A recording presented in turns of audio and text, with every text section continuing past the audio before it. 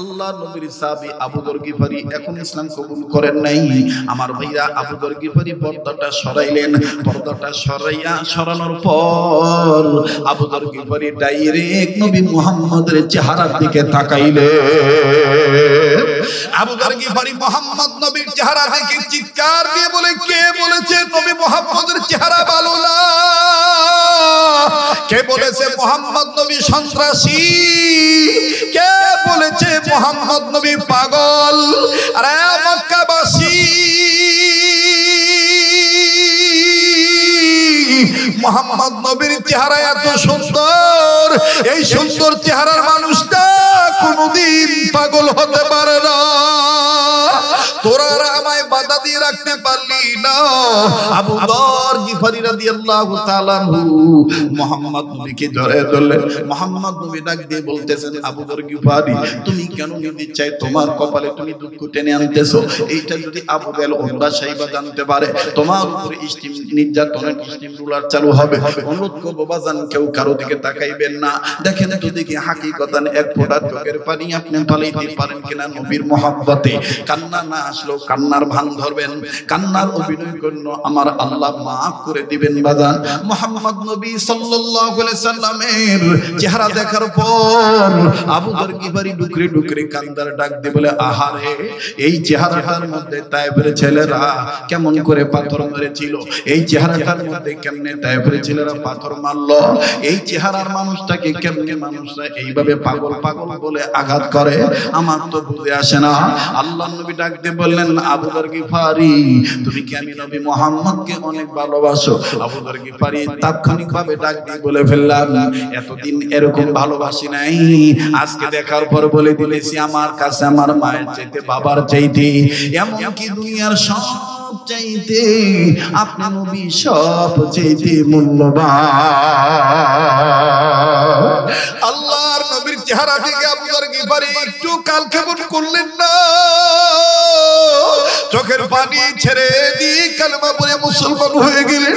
আবু যর গিফারি রাদিয়াল্লাহু তাআলা আনহুকে আল্লাহর নবী বুকে জড়ায় ধরে আল্লাহ নবী ডাক দিয়ে বলেন, আবু যর গিফারি রে, আমি নবী তোমাকে ওয়াদা দিয়ে দিতেছি। মক্কায় বিল পাস হয়ে গেল, এই মুহাম্মদ কেমন মানুষ, মুহাম্মদের কাছে আসলে মুহাম্মদের কালেমার দাওয়াত দিতে হয় না, দেখলেই কালেমা পড়ে মুসলমান হয়ে যায়। অতএব সিআইডি লাগাতো, মুহাম্মদকে দেখায় দেয় কে কে, ওদেরকে আগে ধরে, ভাই ভাই কথা না বলি, ওদেরকে আগে একটু দেখায়, ওদের আগে বিচার কর।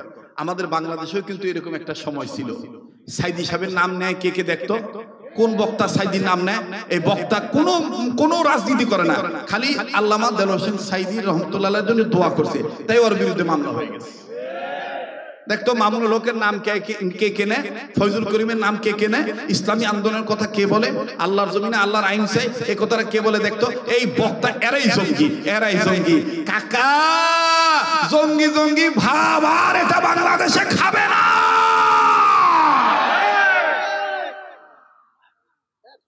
ঠিক কিনা বলে? এইবার বিল পাস হয়ে গেছে, মোহাম্মদকে কেউ দেখায়ও দিতে পারবে না। একদিন, দুই দিন, তিন দিন চলে গেল। আমার ভাইরা, আমার বন্ধুরে, কেউ মোহাম্মদ নবী স্থান দেখায় না। যারা তাওয়াফ করে বাজান মোহাম্মদ নবীর গলির কথা কেউ বলে না, কিন্তু ভিনদেশ থেকে বহুদূর থেকে আল্লাহর এক বান্দা আসলো, দেখতে তারে খুব সুন্দর দেখা যায়, নাদুস নুদুস চেহারা, এত সুন্দর তার নাকটা খাড়া, কপালটা কত সুন্দর চওড়া, চুলগুলো কত সুন্দর। আমার ভাইরা, চুপচাপ করে ভদ্র মানুষ এই তাওফের জায়গায় বসে আছে। সকাল থেকে বিকাল হয়ে গেল, বিকালের পরে যখন সন্ধ্যা হবে বাপ, সূর্য যখন ডুবু ডুবু ভাব, হযরত আলী রাদিয়াল্লাহু তাআলা আনহু ওই দিন আমার বন্ধুগণ, আমার ভাইরা, তাওফের জায়গা অর্থাৎ মাতাফ এরিয়া যখন চেক করতেছিলেন, হযরত আলী দেখেছেন সকাল বেলায় এই যুবকটাকে বসতে থাকতে দেখছি, এই যুবকের বাড়ি কোথায় তাও জানি না, সন্ধ্যা বেলাও দেখতেছি একই জায়গায় বসে আছি। চেহারা দেখার পরে মনে হচ্ছে বসে খানা খায় নাই, ক্ষুধার্ত মনে হয় কোনো ব্যক্তির তালাশে আছে। হযরত আলী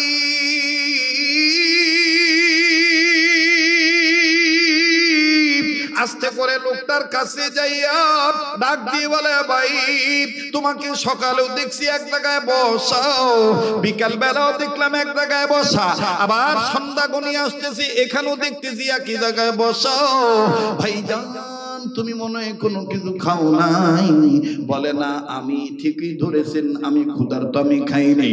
হযরত আলী ডাক দিয়ে বলে, মনে যদি কিছু না নেন আমার দাওয়াত গ্রহণ করেন, আমার বাড়ির মেহমান হইয়া যান। ছেলেটা ডাক দিয়ে বলল, যুবক ডাক দিয়ে বলল, কোনো সমস্যা নাই, আমি আপনার বাড়ির মেহমান হয়ে গেলাম। এবার বাড়িতে নিয়ে যাওয়ার পরে দস্তরখানা যখন বিছায় দেওয়া হলো, খাবার পরিবেশন করা হলো, খানা খাওয়া যখন শেষ হয়ে গেল, হযরত আলী ডাক দিয়ে বলতেছেন, যান আপন জায়গায় চলে যান, আমার মাকসাদ ছিল আপনাকে খাওয়ানো, আপনার মেহমানদারি করানো, যান এখন আপনি যেতে পারেন। এবার আমার বন্ধুগণ যুবক চলে গেলেন।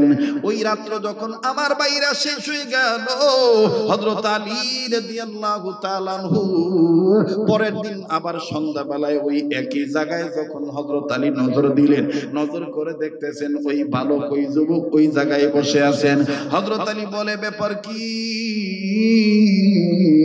গতকালকেও যেখানে বসা ছিল আজকেও দেখতেছি ওখানে বসা আছে, যাই তো দেখি ব্যাপার কি, ঘটনা কি। কাছে যায় আবার ডাক দিয়ে বলে, ভাইয়া গতকালকে খানা খেয়েছিলেন, এরপরে কি আর কোনো খানা খাদ্য আপনার পেটে গিয়েছে? আপনি কি কোনো আহার করতে পেরেছিলেন নাকি না খেয়ে আছেন, ক্ষুধার্ত অবস্থায় আছে? বলে, হ্যাঁ আমি ক্ষুধার্ত অবস্থায় আছি, আপনি খাওয়াইছেন, এরপরে আর কোনো খানা খাদ্য পাই নেই। বলে, তাইলে আপনি আজকে আমার বাড়ির মেহমান হয়ে যান, আজকে আমার বাড়ির দাওয়াত গ্রহণ করেন। এবার বাজান রে, এই যুবক ডাক দিয়ে বলতেছেন, ও বাড়িওয়ালা, ও দাওয়াত দেনওয়ালা, আমি আপনার পরিচয়টা জানতে চাই, আপনার নাম কি আপনি বলেন না? হযরত আলী ডাক দিয়ে বললেন, আমার নাম আলী। যুবক ডাক দিয়ে বলে, কোন আলী? তুমি কি সেই আলী? তুমি কি ফাতেমার স্বামী? তুমি কি রাসূলুল্লাহর মেয়ের জামাই? হযরত আলী বলে, মুখ দিয়ে কয় না, আতঙ্ক, মানে এখন কথা বলা দেখলেও ঝামেলা। মুসলমান ভাইরা আমার, বন্ধু খুব খেয়াল করবেন। হযরত আলী বলে, হ্যাঁ আমি সেই হযরত আলী। কষ্ট হচ্ছে নাকি? আপনি দোয়া করে দেবো? হ্যাঁ চলবে, এটা জাগনা হওয়া লাগবে ভাই। আজকের মাহফিল আপনারা বলবেন চলবে, আজকের মাহফিল না বাবা, আওয়াজ নাই। আজকের মাহফিল কতক্ষণ চলবে?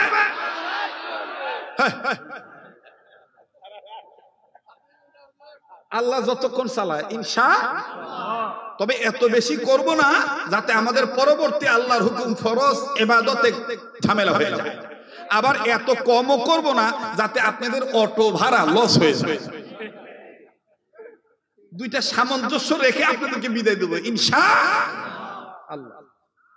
মুহতারাম হাজিরিন, মুসলমান ভাইরা আমার, বন্ধু, হযরত আলী যখন বললেন আমি সেই আলী, এবার লোকটি কান্দে, যুবক কান্দে, ডাক দিয়ে বলে, আমার কপাল কত ভালো, আমি আলীর বাড়ির মেহমান, নবীর মেয়ের স্বামীর দস্তরখানায় বসবো। এবার হযরত আলী বলতেছে, আমার পরিচয় জানলেন, আপনার পরিচয় পরে আমি জানবো, আগে আমি আপনাকে খাওয়ায়া নেই। এবার বাজান রে, ওই দিনের মতন যখন ওই দিনের ন্যায় দ্বিতীয় দিনও খানা খাওয়ানো হলো, খানার শেষে হযরত আলী ডাক দিয়ে বললেন, এখন আপনি চলে যেতে পারেন, তবে চলে যাওয়ার আগে আপনি আমার পরিচয় জানছেন, আপনার পরিচয় একটু বললে আমি খুশি হইতাম। লোকটি ডাক দিয়ে কয়, আলী রে, আমার নাম আবু যর গিফারি। বলে তোমার নাম আবু যর গিফারি, কেন এই জায়গায় আসছো? বলে আলী রে, আমার নাম আবু যর গিফারি, তোমাকে আমি একটা কথা জিজ্ঞেস করব, বলবো অতি তাড়াতাড়ি। এবার হযরত আলী বলে কিসের এত পারাপারি? তোমার নাম আবু যর গিফারি, কি তুমি জিজ্ঞেস করবা? যাহা বলবো তাড়াতাড়ি। কেন তুমি করতেছ এত পারাপারি? কান লাগান, দেখেন কি ওয়াজ করে আব্দুল খালেক শরীয়তপুরী। আসলে পুরানসল বাতে পারে, ঠিক না? পুরানসল বাতে পারে না, বাতে পারে। মুসলমান ভাইরা আমার, হযরত আলীর হাতটা ধরে দেন, হুজুর তো হাতটা দেন, আমরা হাত ধরলো সব হবে। আমরা গরিব মানুষ তো, এখন ওনার হাতটা ধরলো আল্লাহ বড় লোক বানায়, ঠিক আছে না? লক্ষ্মীরা হাত ধরছে। তো এইবার হযরত আলীর হাতের সাথে হাত আবু যর গিফারি লাগায় বলে, আমার নাম আবু যর গিফারি। বলে আপনি এই জায়গায় কেন 2 দিন ধরে এক জায়গায় বসে আছে? ডাক দিয়ে কয়, আলী রে, আমি বহু দূর থেকে এসেছি নবী মুহাম্মদের তালাশি। আমি কেমনে পাবো নবীজি আপনাই, ও গো কামলিওয়ালা, কেমনে পাবো নবীজি আপনাই? বলেন না, আমি কেমনে পাবো নবীজি আপনাই, ও গো কামলিওয়ালা, কেমনে পাবো নবীজি আপনাই? এই কথা যাহা বলছে তাহা হযরত আলী মুখটা সাবধান হতে চাপ চাপ। এইটা যদি খালি মক্কার নেতারা জানে, তো তোমাকে মারবে, আমাকে মারবে। তুমি কি জানো না মুহাম্মদ নবী কোথায় আছে? ওনাকে ওনার স্থানটা জিজ্ঞাসা করাটাও অপরাধ। আবু যর গিফারি বলতেছে, হ্যাঁ আমি এসে উপলব্ধি করতে পারলাম, আমি বুঝতে পারলাম, অনুধাবন করতে পারলাম, সব শুনশান অবস্থা, কেউ কোনো কথা কয় না। কয়েকজনকে জিজ্ঞাসা করলাম, সবাই খালি কয় চুপ চুপ চুপ। ওই দেখেন নাই কত গত গভর্নমেন্টের আমলে আমরা বক্তারা ওয়াজ করার আগে থানার থেকে প্রশাসন যায় আমাদের সাথে ভাতও খাইতো, আলু খাইতো, গরুর গোশত খাইতো, সবই খাইতো। খায় ডাক দেখা, হুজুর দেখে শুনে ওয়াজ করবে, বোঝেন তো আমরা পড়ার চাকরি করি, কথা বলবেন না? মানে এমন একটা অবস্থা। তো হযরত আলী বলতেছেন যে আবু যর গিফারি বলতেছে, কয়েকজনকে জিজ্ঞেস করেছি, সবাই বলছে চুপ চুপ, তোমার দান্দা তুমি থাকো, মুহাম্মদ কোথায় থাকে আমরা জানি না। হযরত আলী বলে, ওরা জানে কিন্তু বলবে না। কেন? ওরা আবু জাহেল, উতবা, সাইবাকে ভয় পায়। আবু যর গিফারি বলতেছে, আলী তুমিও কি তাদেরকে ভয় করে নবীর জায়গার কথাটা গোপন রাখবা? আমি তো জেনেছি দূর থেকে তুমি আল্লাহ প্রদত্ত ইসলামের জন্য অতুলনীয় একটা সৈনিক, একটা বাঘ। আসাদুল্লাহ বলেন, আসাদুল্লাহ গালিব। আমি তো জেনেছি, আমি শুনেছি, তুমি কি এরপর তুমি গোপন করবা? হযরত আলী বলেন, আমি গোপন করব না। এবার আবু যর গিফারি ডাক দিয়ে বলে, যদি গোপন না করো তাহলে বলো না আমি মুহাম্মদের কাছে যাব কোন দিক দিয়া? হযরত আলী ডাক দিয়ে বলেন, আবু যর গিফারি, মুহাম্মদের দরবার আমি তোমাকে দেখা দিতে পারবো না, তবে শুনে নাও আলী, শুনে নাও আবু যর গিফারি, আমি একটা কাজ করব, এই কাজের দ্বারা তুমি বুঝে নিবা ওই জায়গায় মুহাম্মদ নবীর বাড়ি, ওই জায়গায় মুহাম্মদ নবী আছে। আবু যর গিফারি বলতেছেন, বলেন বলেন আপনি কি করবেন? হযরত আলী ডাক দিয়ে বলতেছেন, ভাইজান আমি ঘরের মধ্যে কয়েকটা পাথর আমার হাতের মুঠের মধ্যে নিয়ে নিলাম, তুমি আমার পিছে পিছে যাইবা, আমি তোমার আগে আগে যাব। যাহা মাত্র আমি মুহাম্মদ নবীর বাড়ির গলির কাছাকাছি যাব, আমি ওই জায়গায় যাইয়া আমি আমার ডান হাত থেকে পাথরগুলো ফেলে দেব, সেই দিকে ফেলে দেব, তুমি পিছন থেকে বুঝা নিও এই দিকে মুহাম্মদ নবীর বাড়ি। শুনিয়া লাও ও আমার প্রিয় ভাই আবু যর গিফারি। হযরত আলী ডাক দিয়ে বলার পরে আবু যর গিফারি ডাক দিয়ে বলতেছেন, আলী তোমার হিকমতে বিদ্যা বুদ্ধি শোনার দ্বারা বোঝা যাচ্ছে আসলে তুমি আল্লাহ প্রদত্ত ইসলামের জন্য একজন জিন্দা সৈনিক, একজন বাঘ। তবে এখনকার আলোচনা বুদ্ধিমত্তার পরিচয় জেনে বুঝতে পারলাম তুমি শুধু ইসলামের জন্য বাঘ নয়, তুমি ইসলাম রক্ষা করার জন্য আল্লাহর পক্ষ থেকে একজন জ্ঞানী মানুষ, আলেম মানুষ। আমি জোর করে বলবো, পায়ে হাত দিয়ে বলবো, বসে থাকো। এই পাগলের সাথে দোয়া কইরা যাইও।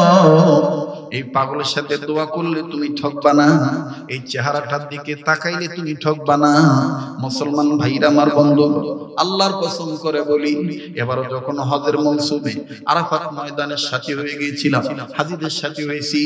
এরপরে আবার যখন হজের পরে আবার যখন লম্বা প্রায় 1.5 মাসের সফর ছিল আরব আমিরাতে, ওই সময় বাজান আবার উমরার সুযোগ হয়েছে। আল্লাহর কসম করে বলি বাজান, কাবা ধরার সুযোগ আল্লাহ করে দিয়েছেন। এক কর্নারে যাইয়া কাবা ধরে আপনাদের জন্য চোখের পানি ছেড়ে কেঁদেছি। আর আল্লাহকে বলেছি, আল্লাহ দেশ বিদেশে গ্রামগঞ্জে শহর বন্দরে ছোট বড় মাহফিলে মসজিদ মাদ্রাসাতে যেখানে যে ময়দানে তোমার এই গোলামের নাম শুনে তোমার বান্দা বান্দিরা হাজির হবে, ও আল্লাহ তোমার এই গোলামের চেহারার দিকে যারা তাকাবে, তারা যখন মাহফিল শেষে আমার সাথে দোয়ায় হাত তুলবে, আল্লাহ তোমার ভান্ডারে কোনো কিছুর অভাব নাই। মাবুদ, আমি কাবা ধরা লোকটা তোমার দরবারে বলতেছি, আমার ওই ভাই বাবা ধনী গরিব যারাই আসবে ছোট বড় প্রত্যেকের মনের আশা, নেক আশা তুমি পূরণ করে দিও। কাছেই বাজান আমার দিল বলে আজকের দোয়া আল্লাহ ফিরে দিবি না, আজকের দোয়া আল্লাহ কবুল করবেন। মালিকের ভান্ডারে কোনো কিছুর অভাব নাই। আবু যর গিফারি ডাক দিয়ে বললেন, আলী পাথর হাতে নিয়ে সামনে চলো, জলদি করে রওনা দেই চলি। আরে আলী চলো চলো সামনে যাও। কোন দিকে? মুহাম্মদ নবীর বাড়ি। তুমি শুধু পাথর মাইর আমারে দেখায় দিও। হযরত আলী রাদিয়াল্লাহু তাআলা এবার সামনে সামনে যায়, আগে আগে যায়। আর আবু যর গিফারি রাদিয়াল্লাহু তাআলা পিছে পিছে হযরত আলীকে ফলো করতেছে। এবার যখন বাজান হযরত আলী সামন দিকে চলে গেলেন, সামন দিকে যাইয়া ডান বাম দিকে নজর দিয়া এবার হযরত আলী আস্তে করে ডান দিকে যখন পাথর ছুঁড়ে মারলেন, হযরত আবু যর গিফারি পিছন থেকে বুঝে নিলেন এই দিকে মুহাম্মদ নবীর বাড়ি হবে। ওই দিক দিয়া মাইকিং করতেছে আবু জাহেলের পক্ষ থেকে, মুহাম্মদের চেহারা কেউ দেখবা না, মুহাম্মদ একটা বাজে লোক, মুহাম্মদের চেহারা দেখবা না, মুহাম্মদ একটা পাগল লোক, মুহাম্মদের কাছে কেউ যাইবা না। এদিক দিয়া আবু যর গিফারি যখন হযরত আলীর পাথর মারা দেখলেন, আমার বন্ধুগণ দিক নির্ণয় করে বুঝে ফেললেন এই দিকে মুহাম্মদ নবীর বাড়ি। হযরত আলী চলে গেলেন। এবার আবু যর গিফারি চলে গেলেন গলির ভিতরে, তাড়াতাড়ি একেবারে যাইয়া খুঁজে পেলেন মুহাম্মদ নবীর বাড়ি। মুহাম্মদ নবীর বাড়ি পাওয়ার পর এবার হযরত আলী রাদিয়াল্লাহু তাআলা দেখানো মোতাবেক হযরত আবু যর গিফারি মুহাম্মদ নবীর বাড়ির কাছে যায়, ঘরের কাছে যাইয়া বাজারের দরজার কাছে পর্দা ঝুলানো। আল্লাহ নবীর সাহাবী আবু যর গিফারি এখন ইসলাম কবুল করেন নাই। আমার ভাইরা আবু যর গিফারি পর্দাটা সরাইলেন। পর্দাটা সরানোর পর আবু যর গিফারি ডাইরেক্ট নবী মুহাম্মদের চেহারার দিকে তাকাইলেন। আবু যর গিফারি মুহাম্মদ নবীর চেহারা দেখে চিৎকার দিয়ে বলে, কে বলেছে নবী মুহাম্মদের চেহারা ভালো না? কে বলেছে মুহাম্মদ নবী সন্ত্রাসী? কে বলেছে মুহাম্মদ নবী পাগল? আরে মক্কাবাসী, মুহাম্মদ নবীর চেহারা এত সুন্দর, এই সুন্দর চেহারার মানুষটা কোনদিন পাগল হতে পারে না। তোরা আমায় বাধা দিয়ে দিয়ে রাখতে পারলি না। আবু যর গিফারি রাদিয়াল্লাহু তাআলা আনহু মুহাম্মদ নবীকে জড়িয়ে ধরলেন। মুহাম্মদ নবী ডাক দিয়ে বলতেছেন, আবু যর গিফারি, তুমি কেন নিজে চাই তোমার কপালে তুমি দুঃখ টেনে আনতেছো? এইটা যদি আবু জাহেল ওমরা সাহেবা জানতে পারে, তোমার উপরে স্টিম নির্যাতনের স্টিম রুলার চালু হবে। অনুরোধ করবো বাজান, কেউ কারো দিকে তাকাইবেন না। দেখেন তো দেখি হাকিকতান এক ফোঁটা চোখের পানি আপনি ফালাইতে পারেন কিনা নবীর মহব্বতে। কান্না না আসলেও কান্নার ভান ধরবেন, কান্নার অভিনয় করুন, আমার আল্লাহ মাফ করে দিবেন বাজান।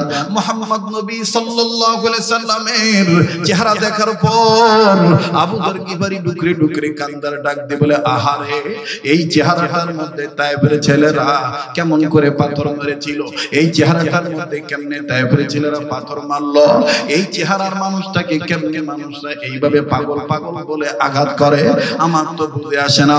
আল্লাহর নবী ডাক দিয়ে বললেন, আবু যর গিফারি, তুমি কি আমি নবী মুহাম্মদকে অনেক ভালোবাসো? আবু যর গিফারি তাৎক্ষণিকভাবে ডাক দিয়ে বলে ফেললাম, এতদিন এরকম ভালোবাসি নাই, আজকে দেখার পর বলে দিলেছি আমার কাছে আমার মায়ের চাইতে বাবার চাইতে এমনকি দুনিয়ার সব চাইতে আপনি নবী সব চাইতে মূল্যবান। আল্লাহর নবীর চেহারা থেকে আবু যর গিফারি একটু কালক্ষেপণ করলেন না, চোখের পানি ছেড়ে দিয়ে কালেমা পড়ে মুসলমান হয়ে গেলেন। আবু যর গিফারি রাদিয়াল্লাহু তাআলা আনহুকে আল্লাহর নবী বুকে জড়ায় ধরে আল্লাহ নবী ডাক দিয়ে বলেন, আবু যর গিফারি রে, আমি নবী তোমাকে ওয়াদা দিয়ে দিতেছি, শুধু আমার সাথে উসমান, আবু বকর, আলী জান্নাতে যাবে না, তাদের সাথে তুমিও আমি নবীর সাথে জান্নাতে যাইবা। যুবক ভাইরা আমার, বন্ধুগণ, এই জন্য আপনাদের কাছে অনুরোধ করে বলবো, খবরদার খবরদার খবরদার, আপনি যেই দল করেন না কেন, ইসলামী আন্দোলন যদি করতে চান, আপনার সিরাতকে আপনি বানান নবীদের সিরাত,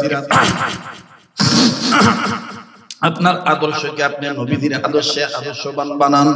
আপনি আপনার চরিত্রকে মুহাম্মদ সাল্লাল্লাহু আলাইহি সাল্লামের চরিত্র দিয়ে গঠন করেন। আপনার রাজনীতি বিশ্ব নেতার রাজনীতি দিয়ে করেন। আমাদের বড় ভাই মাওলানা মুফতি ফজলুর রশিদ সাহেব, উনি আমাকে আপনাকে যে মেসেজটা দিয়ে গেলেন, ওনার কথার সাথে আমি মিল করি, কিন্তু কথাটা অ্যাড করে আপনাদের কাছে দাওয়াতটা পৌঁছে দিচ্ছি। আরে ভাই, আরে বাবাজি, নবী মুহাম্মদ সাল্লাল্লাহু আলাইহি সাল্লামকে আপনি আদর্শ নেতা মানেন, আমার নেতা তোমার নেতা বিশ্বনবী মুস্তাফা, এই কথাটা মনে প্রাণে তুমি আমি বিশ্বাস করে সামনের দিকে যদি আগাইতে পারি, খোদার কসম আমাদের পরিবারে অশান্তি আসবে না, আমাদের সমাজে অশান্তি আসবে না, আমাদের কোনো ধরনের কেউ বাধা দিয়ে আটকায় রাখতে পারবে না। ইনশাআল্লাহ ইসলামের জয় হবেই হবে, কথা বলেন ঠিক কিনা? কাছেই বাদান, রক্ত লাগলে রক্ত দেব, সময় লাগলে সময় দেব, অর্থ লাগলে অর্থ দেব। আমি দেখতে চাই এখন কে কতটুকু কানতে পারেন। ওরে আমার যুবক ভাইরা, এতক্ষণ সাহাবায়ে কেরামদের বয়ান শুনেছেন, এখন আমি আপনাদের কাছে বলতে চাই, এইখানে ইমাম শাফির অনুসারী থাকতে পারেন, এই জায়গায় ইমাম আহমদ ইবনে হাম্বলের অনুসারী থাকতে পারেন। কান লাগান, দিলের কান লাগান বাদান, অল্প সময়ের মধ্যে আমি কথা ফিনিশিং দিয়ে দোয়া করে বিদায় হয়ে যাব। এই জায়গায় বাদান ইমাম মালিক রাহমাতুল্লাহ অনুসারী হইতে পারেন, এই জায়গায় আমি আপনি কেউ ইমাম আযম আবু হানিফা রাহমাতুল্লাহ অনুসারী হতে পারি। যারা মাযহাব মানি, আমার বন্ধুগণ, পৃথিবীতে আসলেই তো মাযহাব হলো চারটা, কথা বলেন কয়টা? এই চার মাযহাবের চার ইমাম সাহাবায়ে কেরামদের পর পর বাবাজি তাবিঈনগণ, এরপরে আইম্মায়ে মুজতাহিদগণ, তারা নবী মুহাম্মদ সাল্লাল্লাহু আলাইহি ওয়াসাল্লামের আদর্শকে নকল করেছিলেন। আজকে আমার পোশাকের মধ্যে নবীর আদর্শ নাই, আজকে আমার খানার মধ্যে নবীর সুন্নাত নাই, আজকে আমার চেহারার মধ্যে নবীর নূর নাই, আজকে আমার কথাবার্তার মধ্যে নবীর সিরাত নাই। আরে বাবাজি, লম্বা করব না, অতি সংক্ষেপে একটা ঘটনা শুনেই। হযরতে ইমাম শাফি রাহমাতুল্লাহ আলাইহি, প্লিজ অনুরোধ করব সামনে দিয়ে কেউ হাঁটবেন না। আমার বন্ধুগণ, আমার ভাইরা, খুব খেয়াল করবেন বাজান, অনুরোধ করে বলতেছি, কেউ ডাইনে থেকে কাউকে বামে আসতে দিবেন না, আমার নজরের সামনে যেন না পড়ে, আর বাম থেকে কেউ ডাইন দিকে আসতে দিবেন না। একটু খেয়াল করবেন বাবা, ওলি আল্লাহ হয়ে যাবেন। একটু তাকান, আমার দিক তাকান, দিলের কান লাগায় কথাগুলো শোনেন। ইমাম শাফি রাহমাতুল্লাহি আলাইহি আমার আমার বন্ধুগণ রাত্রিবেলায় ঘুমের ঘরে তিনি ঘুমাইছেন। এবার যখন ঘুমের ঘরে ঘুমাইছেন তিনি স্বপ্নে দেখতেছেন নবী মুহাম্মদ সাল্লাল্লাহু আলাইহি সাল্লাম হাজির হয়ে গেছে। ইমাম শাফি রাহমাতুল্লাহি আলাইহি নবী মুহাম্মদকে ডাক দিয়ে বলতেছেন আসসালাতু ওয়াসসালামু আলাইকা ইয়া রাসূলুল্লাহ, আসসালাতু ওয়াসসালামু আলাইকা ইয়া হাবিবাল্লাহ। এখন প্রশ্ন করতে পারেন মাওলানা আমি আপনি কি নবীকে স্বপ্ন দেখতে পারি? হ্যাঁ হ্যাঁ পারবো। শুনেন কি আমল করলে পারবেন, শুধু নবীদের আন্দোলন করলেই হবে না, ওটা তো আপনি শারীরিক আপনি মেহনত করবেন, কিন্তু জবানি একটা মহব্বত করবেন। সেই জবানি মহব্বত হলো চলতে ফিরতে উঠতে বসতে সব সময় নবীজির দুরূদ শরীফ পাঠ করবে। বড় দুরূদ যদি না পড়তে পারেন কমাস কম সাল্লাল্লাহু আলাইহি ওয়াসাল্লাম বলবেন। বলেন না সাল্লাল্লাহু আলাইহি ওয়াসাল্লাম, সাল্লাল্লাহু আলাইহি ওয়াসাল্লাম, সাল্লাল্লাহু আলাইহি ওয়াসাল্লাম। মুহতারাম হাজিরিন, ইমাম শাফি রাহমাতুল্লাহ আলাইহির জীবনীতে পাওয়া যায় আল্লাহর ওলি প্রতিদিন ঘুমানোর সময় কমপক্ষে 1000 বার দুরূদ শরীফ পাঠ করে ঘুমাইতেন। সেই ইমাম শাফি রাহমাতুল্লাহি আলাইহি দুরূদের আমলের বরকতে সুন্নতের পুরাপুরি ইত্তেবা করার কারণে নবী মুহাম্মদকে যখন স্বপ্ন দেখলেন, এবার আল্লাহর নবী সালামের জবাব দেওয়ার পরে বলে ইমাম শাফি রে, আমি এমনি তোমার ঘরে আসি নাই, আমি তোমার কাছে আসছি বর্তমান জামানায় জালিম যে জুলুম করতেছে, মাজলুম আমার একজন ওয়ারিস, আমাদের প্রতি নবীদের ওয়ারিস, আমাদের প্রত্যেকটা নবীদের ওয়ারিস ওয়ারাসাতুল আম্বিয়া ইমাম আহমদ ইবনে হাম্বলকে কারাগারের মধ্যে যেইভাবে আটকায় রাখছি, আমি তোমাকে বলে দিচ্ছি ইমাম শাফি আমার পক্ষ থেকে ইমাম আহমদ ইবনে হাম্বলের কাছে খবরটা পৌঁছে দিও। ইমাম আহমদ ইবনে হাম্বল যেন মন না ভাঙে, তাকে জানায় দিও তিনি হকের উপর অটল আছে। আল্লাহু আকবার বলে। ইমাম শাফি রাহমাতুল্লাহি আলাইহি আর ওই রাতে ঘুমাইতে পারলেন না। আল্লাহু আকবার। উনি দ্রুত গতিতে উঠিয়া বাজানো আবার নতুন করে ওযু বানাইয়া উনি তাহাজ্জুদের আমল শেষ করার পর ফজর নামাজ পড়ার পরে ওনার নিকটবর্তী একজন খাদেমকে বললেন আমার পক্ষ থেকে ইমাম আহমদ ইবনে হাম্বলের কাছে যাইয়া জেলখানায় যাইয়া খবরটা পৌঁছে দিয়ে আসো। খুব খেয়াল করবেন, ইমাম আহমদ ইবনে হাম্বলের কাছে যে খবরটা পৌঁছে দেওয়ার জন্য একজন খাদেম গেছে। বাবা বাজান মনে রাখবেন, শেষ ভালো তার সব ভালো তার। বলছেন নবী সরওয়ার এখন আপনি যে হয়তোবা ঘুমাইবেন, কিন্তু মনে রাখবেন কার দোয়া কখন কবুল হবে এটা আল্লাহ পাক ভালো জানে, আমার আল্লাহ ছাড়া কেউ জানে না। এরে বাবা দি কাহালুর ভাইরা, বগুড়ার বাবারা, আপনারা প্রত্যন্ত অঞ্চলের মানুষ, ও বিকেদার ইউনিয়নের বাপ ভাইরা, আপনারা তো জানেন ফসল কাটার পরে যদি আমি ঘরে না নিতে পারি এর চেয়ে বড় বেদনা আর কিছুই হতে পারে না। কথা বলেন ঠিক না বেঠিক? সন্ধ্যার পর থেকে গভীর রজনী পর্যন্ত বসে থাকলেন আর আমি মুসাফিরের সাথে দোয়া করে গেলেন না, দোয়াটা কবুল করাইতে পারলেন না। এর চেয়ে পোড়া কপাইল হতভাগা আমি আর আপনি ছাড়া কেউ হতে পারি না। একটু নিজের বুঝানো কেন করো ছোটাছুটি? আমি তো আল্লাহকে পাওয়ার জন্য আসি, আমি তো নবীর আদর্শ বোঝার জন্য আসি। আর বাবাজি ইমাম শাফি রাহমাতুল্লাহি আলাইহির পক্ষ থেকে একজন খাদেম দাইয়া ইমাম আহমদ ইবনে হাম্বলের কাছে যাইয়া সালাম দিয়ে ডাক দিয়ে বললেন হযরত জি আমাদের আপনার কাছে আমাদের পক্ষ থেকে আমাদের মাধ্যমে ইমাম শাফির পক্ষ থেকে আপনার কাছে একটা খবর বলার জন্য আসছি। বলে কি খবর? বলে খবরটা হলো গত রাতে ইমাম শাফি নবী মুহাম্মদকে স্বপ্ন দেখছেন, নবীজি বলেছেন আপনি ইমাম আহমদ ইবনে হাম্বল ইসলামী আন্দোলনের সক্রিয় কর্মী, আপনি হকের পক্ষে আছেন। যুগে যুগে ইতিহাসে লেখা দেখা যায় আল্লাহর পথে যারা কথা বলে যায়, যুগে যুগে ইতিহাসের লেখা দেখা যায়, আল্লাহর পথে যারা জীবন দিয়ে যায়, বিনা পরীক্ষাতে পাস নাই হয়। বলেন, বিনা পরীক্ষাতে পাস নাই হয়। ভয় নাই রে, কোনো ভয় নাই, আল্লাহ যদি থাকে সহায়। ঠিক কিনা? ভয় নাই রে, কোনো ভয় নাই, আল্লাহ যদি থাকে সহায়।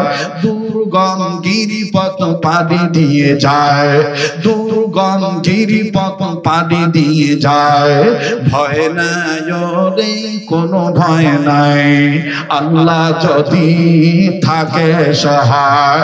লিল্লাহ তাকবীর।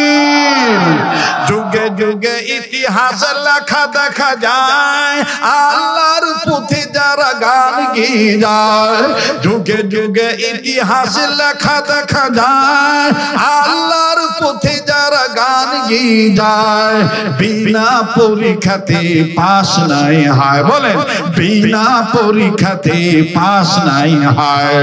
ভয় নাই রে, কোনো ভয় নাই, আল্লাহ যদি থাকে সহায়। ইমাম আহমদ ইবনে হাম্বল ডাক দিয়ে বলেন, এত বড় খুশির খবর মেরে লিয়ে বহুত বড়া খুশখবরিয়া হ্যায়। আল্লাহু আকবার।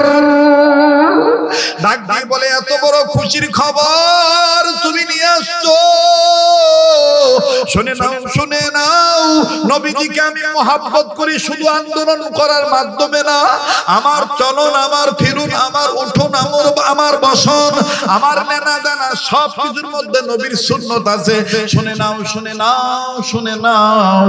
নবীর সুন্নত হলো, কেউ যদি খুশি সংবাদ নিয়ে আসে, তাইলে নবী তাকে খুশি হইয়া হাদিয়া দিতেন। শোনো রে আল্লাহর বান্দা, আমি ইমাম আহমদ ইবনে হাম্বল এই খুশির খবরটা শোনার পরে এখন তোমাকে কি হাদিয়া দেব? লোকটা ডাক দিয়ে কয়, হুজুর আপনি তো এমনি মাজলুম, আপনি তো কারাবন্দী অবস্থায় আছেন, আপনি কি হাদিয়া দিবেন? কষ্ট হচ্ছে নাকি আপনাদের? বলে, আপনি কি হাদিয়া দিবেন? এবার ইমাম আহমদ ইবনে হাম্বল নিজের গায়ের দিকে তাকায় বলে, আল্লাহর বান্দা, করব আমি নবীর সুন্নাত জিন্দা, মনে যদি কিছু না নাও, আমার গায়ের এই জুব্বাটা তোমাকে হাদিয়া দিয়ে দিব। এবার খাদেম কয়, হুজুর, ইমাম শাফির খাদেম ইমাম আহমদ ইবনে হাম্বল কয়, হুজুর আপনার জুব্বা তো দেখতেছি মাঝে মাঝে ছিঁড়া ফাড়া। বলে, এটা তো বুকের সাইডে, এই দেখো পিঠের সাইডে। এবার ইমাম আহমদ ইবনে হাম্বলের পিঠটা দেখিয়া ইমাম শাফির খাদেম কান্দার ডাক দিয়ে কয়, হুজুর এটা তো মনে হয় চাবুকের আঘাত। বলে, হ্যাঁ, জালিম আমাকে ইসলামী আন্দোলন করার কারণে, শরীয়তের বিধানকে মানার কারণে, এইভাবে সত্যের বিধান মানার কারণে জালিম বাদশার পক্ষ থেকে আমাকে এভাবে চাবুক মারা হয়েছে। এই চাবুকের বাড়িতে গায়ের চামড়া তো ফেটে গেছে, জুব্বার কাপড় ছিঁড়ে গেছে। এই সিরা জুব্বাটা আমি তোমায় দেব, তবে শুনে নাও, শুনে নাও। এতদিন বাদশার মার চাবুকের আঘাত অনেকটা সহ্য করতো আমার জুব্বার কাপড়, কিন্তু এই জুব্বাটা দেওয়ার পর এখন সরাসরি আমার পিঠের মধ্যে লাগবে, আমার চামড়া ফেটে যাবে। যাই যাই যাক, আমার চামড়া ফেটে যাক, কিন্তু আমি আমার নবীজির সুন্নতকে বাদ দেব না। এই কথা বলে ইমাম আহমদ ইবনে হাম্বল নিজের গায়ের জুব্বাটা খুলে দিয়ে দিলেন। ভাইয়া, ইমাম শাফি রাহমাতুল্লাহর কাছে যে খাদেম গেছে, খাদেম যে কেবল মাত্র দাঁড়াইছে, ইমাম শাফি ডাক দিয়ে বলতেছে, খুশির খবর বলছো, ভালো কথা, কি হাদিয়া দিছে? সুবহানাল্লাহ। বলে, তোমাকে কি কোনো কিছু হাদিয়া দেয় নাই? ওনার গায়ের জুব্বাটা কি তোমাকে দেয় নাই? এবার ইমাম শাফিকে খাদেম ডাক দিয়ে বলে, হুজুর আপনি কেমনে জানলেন আমাকে জুব্বা দিয়েছে? বলে, এক আল্লাহর ওলির সাথে আর এক আল্লাহর ওলির কানেকশন আল্লাহর মাধ্যমে আছে। আল্লাহু আকবার বলে। ডাক দিয়ে বলে, হ্যাঁ, জুব্বা আমাকে দিয়েছে, বলে কই জুব্বাটা আমাকে দাও, কিছু সময়ের জন্য আমি ইমাম শাফিকে জুব্বাটা দাও, আমি এরপরে তোমাকে দিয়ে দেব। দেখেন ভাইরা আমার, ইমামদের মধ্যে আইম্মায়ে মুজতাহিদগণদের মধ্যে নবীদের সুন্নতের ইত্তেবা কেমন ছিল, নবীদের আদর্শকে তারা কেমন নকল করছে। এবার ইমাম শাফি জুব্বাটা নিলেন, জুব্বাটা নিয়া আমার বন্ধুগণ একটা বালতিতে অথবা কোন এক পাত্রে পানি নিয়ে জুব্বাটা ভিজাইলেন। জুব্বাটা ভিজাইয়া জুব্বার ভিজানো পানি ইমাম শাফি রাহমাতুল্লাহ আলাইহি একটা বোতল ভরে রাখলেন, বোতল জাত করলেন। খাদেম জুব্বাটা পাওয়ার পর কয় হুজুর দিলাম শুকনা জুব্বা, দিলেন ভিজা জুব্বা, বুঝলাম না আর আপনি কেন জুব্বাটা ভিজায় দিলেন? ইমাম শাফি ডাক দিয়ে বলতেছেন, আল্লাহর বান্দা ইমাম আহমদ ইবনে হাম্বল আশিক রাসূল সুন্নাতুল উম্মাহ, আমি ইমাম আহমদ ইবনে হাম্বলের জুব্বাটা ভিজানো পানিটা বোতলে রেখে দিলাম। আমি মৃত্যুর আগে আমার পারিবারিক সদস্যদের কাছে বলে যাব, আমার মরার উপর আমার শেষ গোসলটা যেন নবীর আশিক রাসূল সুন্নাতুল মুজাহিদ ইমাম আহমদ ইবনে হাম্বলের জুব্বা ভিজানো পানি দ্বারা করানো হয়। আমার দিলের বিশ্বাস, এই আশিক রাসূলের জুব্বার পানির দ্বারা আমি গোসল করলে আল্লাহ পাক আমাকে maaf করে দিতে পারে। ভাইরা আমার, ওনারা জিলাপির আশিক ছিলেন না, ওনারা রবিউল আউয়ালের শুধু গজলের আশিক ছিলেন না, ওনারা নবীজির আগমনের চাঁদকে পেয়ে শুধু খুশি হইতেন না। ওনাদের রাজনীতি, ওনাদের ভোটাভুটি, ওনাদের নির্বাচন, ওনাদের শিক্ষা দরস তাদরিসগাহ, ওনাদের খানকা, ওনাদের দাওয়াত ও তাবলীগ, ওনাদের সব কিছুর মধ্যে ছিল নবীজির আদর্শ। কথা বলেন ঠিক কিনা? আল্লাহ পাক সেই কথাটাই বলেছেন, পৃথিবীর মানুষ তোমরা যারা মানুষ রূপে জন্ম নিয়েছো, আমি আল্লাহ পাক তোমাদের উদ্দেশ্য করে বলে দিলাম, আমি রব আমার পক্ষ থেকে দুইটা জিনিস পাঠাইলাম। ইয়া আইয়ুহান নাস ক্বাদ জাআকুম বুরহানুম মির রাব্বিকুম ওয়া আনজালনা ইলাইকুম নূরাম মুবিনা।